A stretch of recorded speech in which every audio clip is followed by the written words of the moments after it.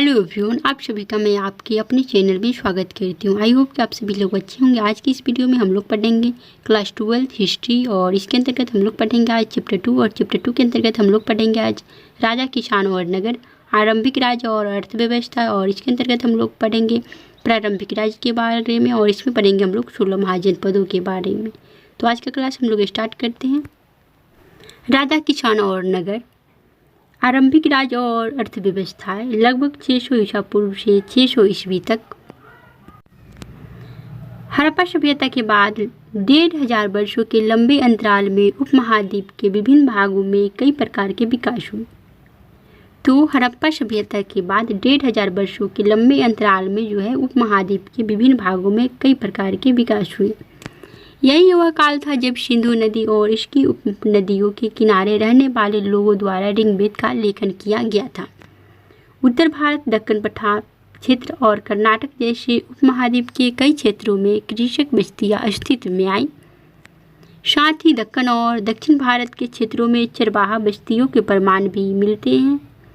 ईसा पूर्व पहली सहस्त्राब्दी के दौरान मध्य और दक्षिण भारत में शवों के अंतिम संस्कार के नए तरीके भी सामने आए, जिनमें महापाषाण के नाम से ख्यात पत्थरों के बड़े बड़े ढांचे मिले हैं। कई स्थानों पर पाया गया है कि शवों के साथ विभिन्न प्रकार के लोहे से बने उपकरण और हथियारों को भी दफनाया गया था। ईसा पूर्व 6ठी शताब्दी से नए परिवर्तनों के प्रमाण मिलते हैं। शायद इनमें सबसे ज़्यादा मुख्य आरंभिक राज्यों, साम्राज्यों और रजवाड़ों का विकास है। इन राजनीतिक प्रक्रियाओं के पीछे कुछ अन्य परिवर्तन थे। इनका पता कृषि उपज को संगठित करने के तरीके से चलता है। इसी के साथ साथ लगभग पूरे उपमहाद्वीप में नए नगरों का उदय हुआ। इतिहासकार इस प्रकार के विकास का आकलन करने के लिए अभिलेखों, ग्रंथों, सिक्कों तथा चित्रों जैसे विभिन्न प्रकार के स्रोतों का अध्ययन करते हैं। जैसा कि हम आगे पढ़ेंगे, यह एक जटिल प्रक्रिया है और आपको यह भी अभ्यास होगा कि इन स्रोतों से विकास की पूरी कहानी नहीं मिल पाती है। तो एक अभिलेख है, सांची मध्य प्रदेश में मिला है, लगभग 2वीं शताब्दी ईस्वी का है। अब हम लोग आगे चलते हैं और पढ़ते हैं प्रिंसेप और प्रियदर्शी।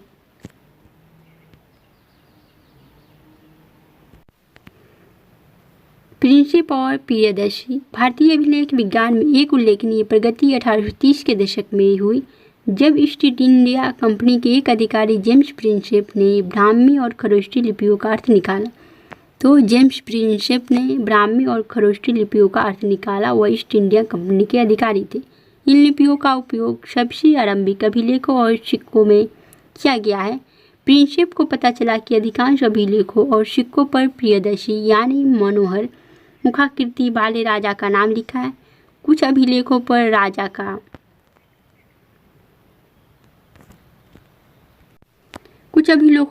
का नाम अशोक भी लिखा है। बौद्ध ग्रंथों के अनुसार अशोक सर्वाधिक प्रसिद्ध शासकों में से एक थे।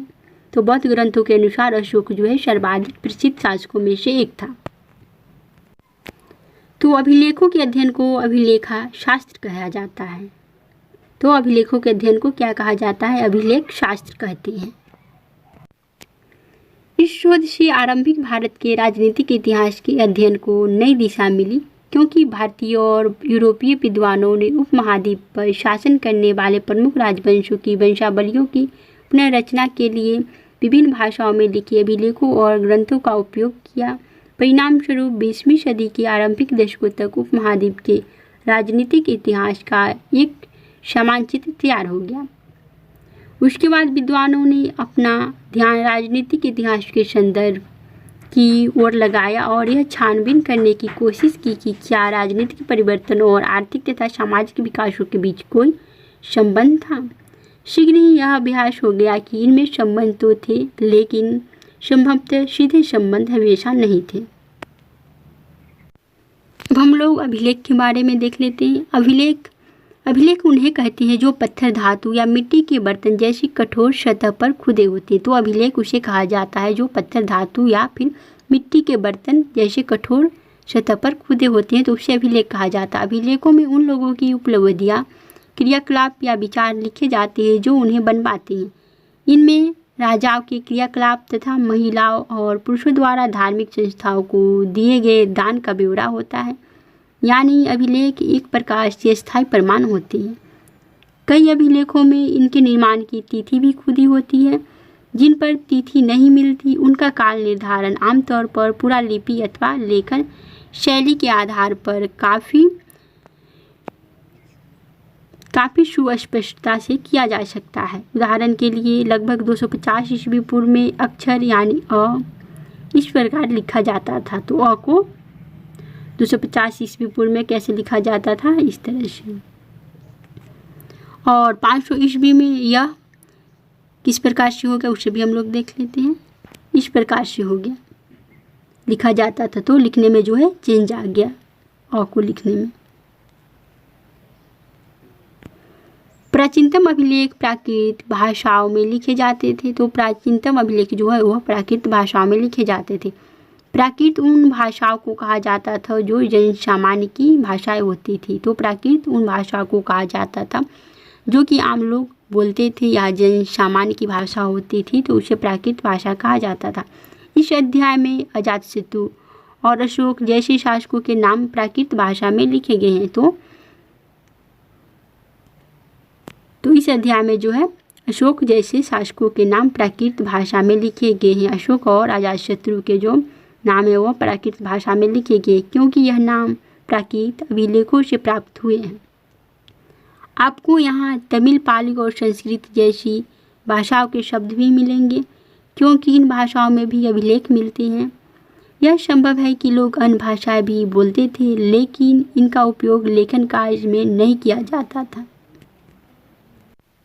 अब हम लोग पढ़ेंगे प्रारंभिक राज्य 16 महाजनपदों के बारे में। आरंभिक भारतीय इतिहास में 6ठी शताब्दी ईस्वी पूर्व को एक महत्वपूर्ण परिवर्तनकारी काल माना जाता है। इस काल को प्रायः आरंभिक राज्यों, नगरों, लोहे के बढ़ते प्रयोग और सिक्कों के विकास के साथ जोड़ा जाता है। इसी काल में बौद्ध तथा जैन सहित विभिन्न दार्शनिक विचारधाराओं का विकास हुआ। बौद्ध और जैन के आरंभिक ग्रंथों में महाजनपद नाम से 16 राज्यों का उल्लेख मिलता है। तो बौद्ध और जैन धर्म के आरंभिक ग्रंथों में महाजनपद नाम से 16 राज्यों का जो है उल्लेख मिलता है।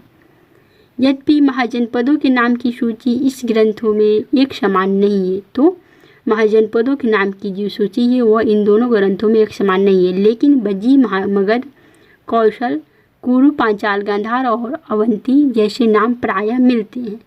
इससे यह स्पष्ट है कि उक्त महाजनपद सबसे महत्वपूर्ण महाजनपदों में गिने जाते होंगे। अधिकांश महाजनपदों पर राजा का शासन होता था। तो अधिकांश महाजनपदों पर जो है वह राजा का शासन होता था, लेकिन गण और संघ के नाम से प्रसिद्ध राज्यों में कई लोगों का समूह शासन करता था। इस समूह का प्रत्येक व्यक्ति राजा कहलाता था। भगवान महावीर और भगवान बुद्ध इन्हीं गणों से संबंधित थे। बज्जी संघ की ही भांति कुछ राज्यों में भूमि सहित अनेक आर्थिक स्रोतों पर राजागण सामूहिक नियंत्रण रखते थे। यद्यपि स्रोतों के अभाव में इन राज्यों के इतिहास पूरी तरह लिखे नहीं जा सकते, लेकिन ऐसे कई राज्य लगभग 1000 साल तक बने रहे। प्रत्येक महाजनपद की एक राजधानी होती थी। तो प्रत्येक महाजनपद की राजधानी होती थी। जैसे अभी वर्तमान में हम लोग देखते हैं राज्यों की राजधानी होती है, उसी तरह उस समय में भी महाजनपदों की एक राजधानी होती थी जिसे प्रायः किले से घेरा जाता था। किलेबंद राजधानियों के रखरखाव और प्रारंभिक सेनाओं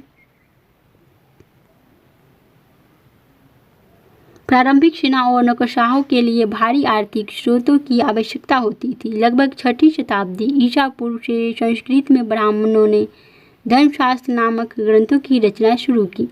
इनमें शासक सहित अन्य के लिए नियमों का निर्धारण किया गया और यह अपेक्षा की जाती थी कि शासक क्षत्रिय वर्ण से ही होंगे।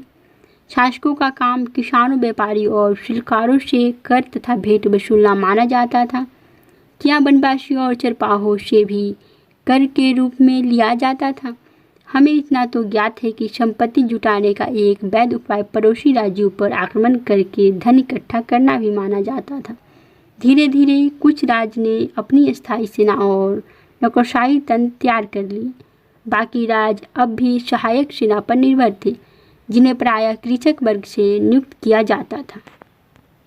हम लोग जनपद का अर्थ देख लेते हैं। जनपद का अर्थ एक ऐसा भूखंड है जहाँ कोई जन, लोक, कुल या जाति, जनजाति अपना पांव रखता है। तो जनपद का अर्थ एक ऐसा भूखंड है जहाँ कोई जन यानी लोक, कुल या जनजाति अपना पांव रखता है अथवा बस जाता है। इस शब्द का प्रयोग प्राकृत व संस्कृत दोनों में मिलता है। तो इस शब्द का जो प्रयोग है वह प्राकृत और संस्कृत दोनों भाषाओं में मिलता है। ओलिगार्की या समूह शासन उसे कहते हैं जहाँ सत्ता पुरुषों के एक समूह के हाथ में होती है। तो ओलिगार्की या समूह शासन उसे कहते हैं जहाँ सत्ता जो है पुरुषों के एक समूह के हाथ में होती है। तो इस वीडियो में इतना ही। फिर मिलेंगे एक नए वीडियो के साथ। उसमें हम लोग पढ़ेंगे 16 महाजनपदों में प्रथम मगध के बारे में।